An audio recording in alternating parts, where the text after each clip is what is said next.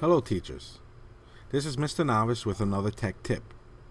This tech tip is going to deal with fourth marking period grades, final exam grades, and how to manipulate your final overall grade for the year for your students. Okay, first things first, let's work with the fourth marking period grade. Just like you've been doing all year round, if you've been using Gradebook as a true legit grade book, it's going to calculate your average no matter what. And that being said, you can pretty much leave that grade that it gives you as a calculation. If you need to change that grade, whatever the grade may be, it's a matter of double clicking manual override, and then just putting your actual grade. You do have to input it twice.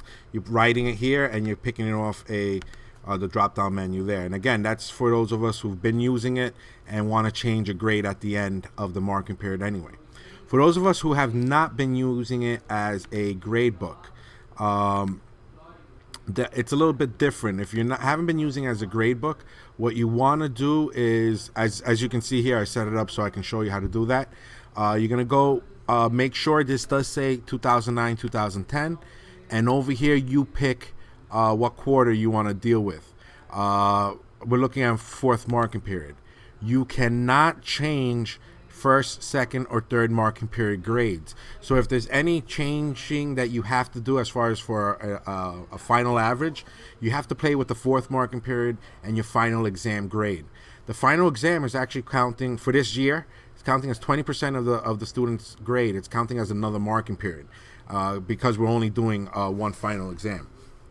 Anyway, you want to make sure you have this in Q4.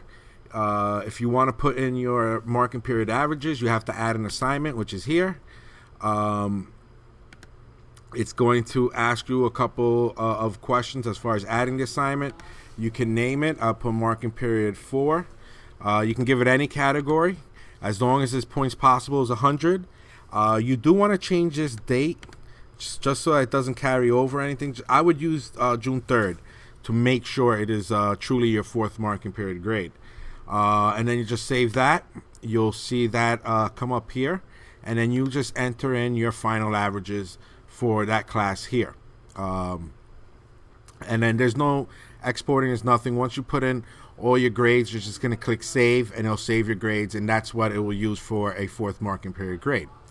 Now for the exam is going to be the same thing, except we're going to choose X2, which is exam 2, final exam. And once again, you add an assignment, okay, name it whatever you want, okay, give it a category, it doesn't matter, 100 points, 6-9 is fine, and save it.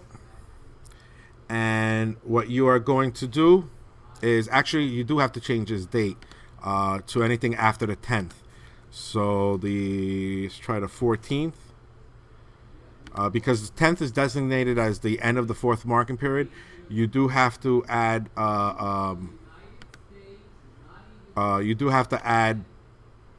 your exam grade. Okay, so once you have that, then it's again, you're putting in your exam grades here, you save it at the end, and you are done.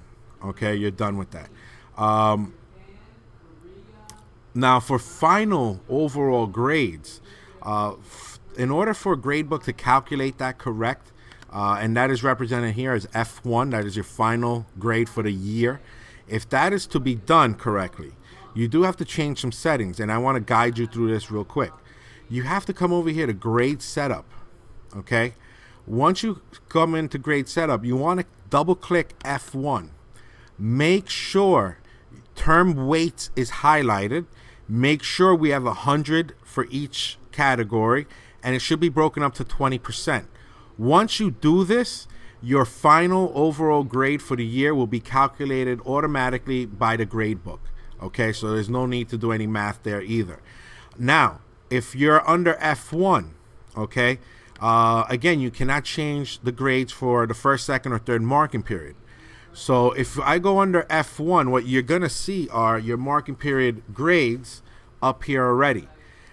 You cannot change any of these. The only one you can pretty much manipulate is going to be your fourth marking period and your final exam grade.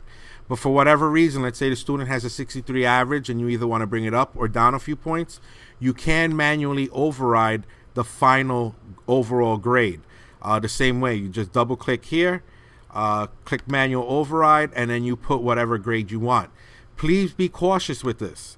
If the student has 50s for every marking period and fails the exam, and all of a sudden as an F1 grade you give them a 65, that may raise some eyebrows. You don't want to make it too obvious of what type of grade changes you're doing.